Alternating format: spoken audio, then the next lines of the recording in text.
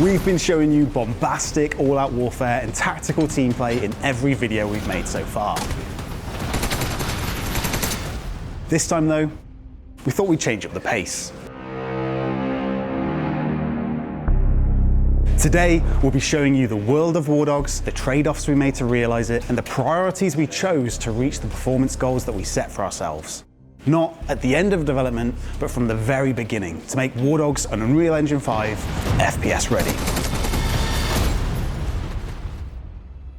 When we started making WARDOGS, there was this pressure from like the investors and publishers to make the game like look really unique and something people haven't seen before. They want you to appeal to the mass market and audiences that don't really exist. And we kind of knew like deep down that WARDOGS, it didn't need that kind of crutch to just appeal to FPS players. Like if I'm really honest about it, I think developers often have this kind of like ego about creating something totally unique, and very early on we're able to acknowledge like this is just our ego wanting to do something different and the publisher wanting to kind of carve out its own unique space. But really, does anyone even want that? It's just not that. That's not what the game is. And as much as I want to just sell the art and tell you how the world's great, it's like the reality is it's not an art piece, it's a video game. That doesn't mean we wanted this like generic Russian setting either. We've seen that loads before, but we did want somewhere that was like Eastern European in tone, so it felt familiar to players and grounded, but it had its own flavor, architecture, terrain, and culture. At the same time, the world of WARDOGS needed to support our core narrative of 3 rival PMC factions fighting for cash, influence, and control over a strategically important region. The more we researched and gathered reference images, the more one country just kept standing out.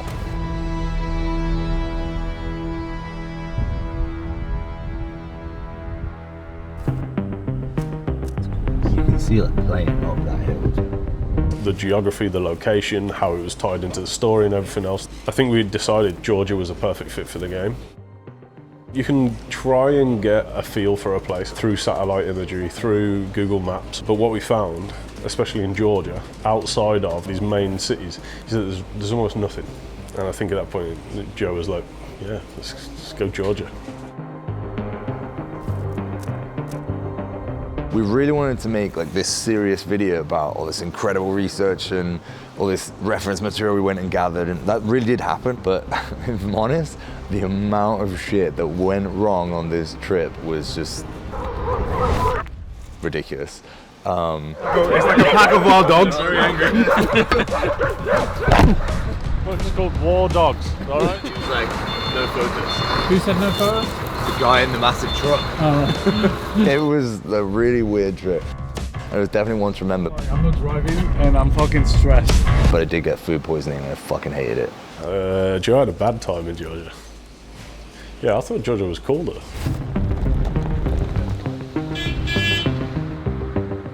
When we were in Georgia, we kind of had this mantra of like, if this was a survival game, like where would you explore? Where would you go and like look for something you needed? And that was kind of how we traveled the country. It has such a wide variety of like architecture and history. You know, you start in on the right side in Tbilisi, in the city, and it is very much a mix between modern and very historic. And then the further you go over, you know, we visited into the middle in Chiatora, where we had the mining town, and we took a lot of inspiration from there. And that kind of is really what WARDOGS is. It's those kind of like rural areas. Yeah, Chiatora was probably the closest thing. It had like that industrial part, which was very old. It was like an old train station that was kind of abandoned, and that linked then into like the edge of the town, and you could kind of see how it broke up into the little bits. Outside of Tbilisi, there was a town there, and it had all of these train carts that were like rusted out and abandoned, but people were using them as like sheds. But that kind of inspired some of the areas that we have now, and especially the flats that are in the game. Churches as well. You could see a church every couple of miles. All these places we visited that you can see in the game, like the swimming pool and the factories and the houses, that's what really makes our fictional region of culture so grounded and believable. But none of that research, none of the art, none of the visuals matter in FPS if it feels like you're playing a PowerPoint presentation.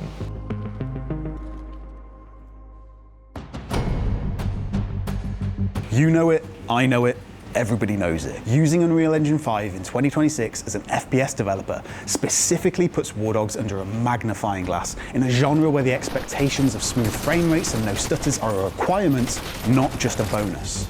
For context, everyone at Bulkhead is a gamer. We check our applicants' Steam hours during our interview process and openly reject applicants for not being a culture fit. We understand as much as you do how important a solid frame rate is to good game feel. The only reason we move forward our release date is because we hit our minimum targets. Other developers may treat 60 FPS as their gold standard, whilst for us at Bulkhead, it's the foundation for what's acceptable. 100 players in the same locations, not scattered all over the map, dynamic base building, vehicles, infantry players sending important gameplay data to each other within large destructible map. What we've managed to do is pretty impressive because of the technical challenges involved with a game of this scale. I think it's frankly a miracle like that we've gotten this far, right? And it's obviously a lot of hard work. There's no other game you can kind of compare WARDOGS to. Battlefield is probably the closest, but you can do a lot more in WARDOGS. You can drive like 20 odd vehicles into the point and we go, okay, just let the player do it. So from like where we were and where we are now, it's definitely like night and day. WARDOGS is a more demanding multiplayer game than most mainstream shooters. Here's an empty Unreal Engine project running out of the box. This is what most games give you, with some art chucked over the top. It's not really about the engine, it's about the systems and how you utilize the systems within the engine. Most engines use the exact same rendering path. It's all to do with like the systems you use, balancing of the systems, constantly checking and being like really critical of it. 60 FPS is minimum for us. We've been trying to hit 60 FPS on the low spec. That has been like a clear goal. Whereas like most companies be like, oh, it's running 30 FPS, that's fine. It's not really, not in today's age. We'd rather be upfront before anyone considers spending their money and ending up disappointed. You will not be able to run this game at 240 FPS native at 1440p whilst on our highest graphics settings. That fact alone may be a deal breaker for some of the wider Steam audience used to less demanding 5v5 shooters. From the feedback we've gathered across a range of hardware, most players are pleasantly surprised. WARDOGS delivers good performance to most users. There's always a limit to that though. PC upgrade prices are crazier than ever, and money's tight. That's why we're introducing Potato Mode. It's so stupid. 3 years ago, we walked into a normal game store and picked up the most average gaming PC we could find. It's right here. i5 8600, 1660. Then we forced our tech art team to play WARDOGS on it until the game ran at 60 FPS at the lowest settings. Natively, we're close to hitting those targets, and with the help of some upscaling, we're surpassing them. On the flip side of potato setups though, we have Overkill mode. Overkill mode is WARDOGS pushed to its visual limits, and we'll be reserving this graphics preset only to high-end PCs on launch, meaning if you don't have a capable PC, we will not even show you this setting. The reason is purely to protect players who haven't watched our vlogs or stumble across WARDOGS on launch and wonder why they aren't getting the performance they expected whilst using the highest graphics settings available. So to combat that, we're only making Overkill available to players on 40 series cards and above. How are we optimizing the game? How are we optimizing the game? Jesus Christ. We are making a 100-player game that goes against the current grain of battle royales, which as the server progresses or as the game progresses, players drop off, which means that performance naturally increases. We're introducing a mechanic that is constantly trying to drive people together for a full server duration. There's never any rest. Optimization is not something you can just do at the end of development. It needs to be a fundamental part of your ethos as a studio from day one. We basically started from the very beginning. My first thing was server performance. That's going to be our key bottleneck. We need to nail that. 100-player game, have to get it nailed. We worked on that first, like extensively. The key thing is that people don't do, and it's really simple, it's just measure your game, get the metrics, see where it's slow, look for those bottlenecks, and then just focus on them. We have 3 pillars to our optimization, and they are client performance, visuals, and networking. We realized playtesters cared more about consistent, smooth frame rate over blisteringly high FPS with stutters. So consistency is what we prioritized. But client performance isn't one single clever trick. It's a stack of decisions made over years about what matters to players on screen and optimizing around that. Optimization is a lot of the time a huge smoke and mirrors game. Basically, you as a player have got this letterbox into the world. Whatever we can do to make that letterbox the best visuals, the most performant, like that's what we're trying to do, and that's what optimization in a nutshell comes down to. Lowering movement update rates, lowering animation update rates, like reducing fidelity of visuals. They're all the tricks that we're doing. They're all ones that you don't just get out the box with Unreal Engine, and you can't just tick a box and be like, hey, give me 60 FPS. Performance is a death by 1,000 cuts.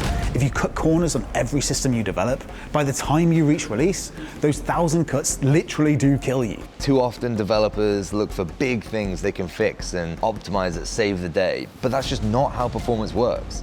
That amateur approach has continuously disappointed gamers. So by focusing on performance from day one and being incredibly strict and bullish on our team about performance, we've been able to deliver only what we would consider good enough. We kind of always put performance first, and then we try to get as much like visual fidelity out of it as we can. It's not sexy to have performance as an art pillar, but it's true. Accessibility is key with these kinds of games. We have like this huge map, you fly through it, you're loading stuff in, players are dropping stuff, players are driving vehicles. All of that behavior has a cost. We mix new and old rendering techniques on purpose. For example, we use trim sheets a lot, but then we also use nanite, which is like a brand new virtualized geometry, high-end behavior. We kind of have to balance that, right? You can't just go, okay, all nanite have like super dense geometry. We have to compromise on fidelity sometimes. We can make it look really good. You can turn on all the bells and whistles and then everyone's capped at 30 FPS. It's not good enough. There's always room for more improvements. So no, I'm not satisfied because we've still got time and we can still get better perf. There are constraints, but it doesn't mean I'm just going to give up and be like, well, so it can be. It's just, you have to keep pushing. Same with perf, same with art, same with anything. Straight up, it just doesn't matter how many frames you get if your shots on target don't connect. That's an entire video in itself. We'll release that at a later date. For now, just know we treat it at the same level as performance when it comes to game feel and responsiveness. When everything in WARDOGS comes together in a playtest, the immersion of the environments, the spectacle of the visuals, along with the performance and network reliability holding up, WARDOGS is genuinely one of the most fun projects we've worked on, and everyone comes away from a playtest with their own WARDOGS moments. It's so validating to know it's not just us saying it now either. Playtesters are having just as much fun as we are, posting their own WARDOGS moments in our pre-alpha testing channels. You turn me back to base. Yeah, sure. Let's go. Right, that's it. Make sure you sign up to playtest and wishlist the game. If you don't wishlist, you have zero chance of being invited to play.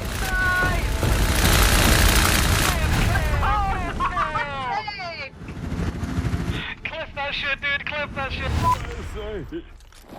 Yeah, bye-bye. Bye. Hey, stop crying down there, you bitch.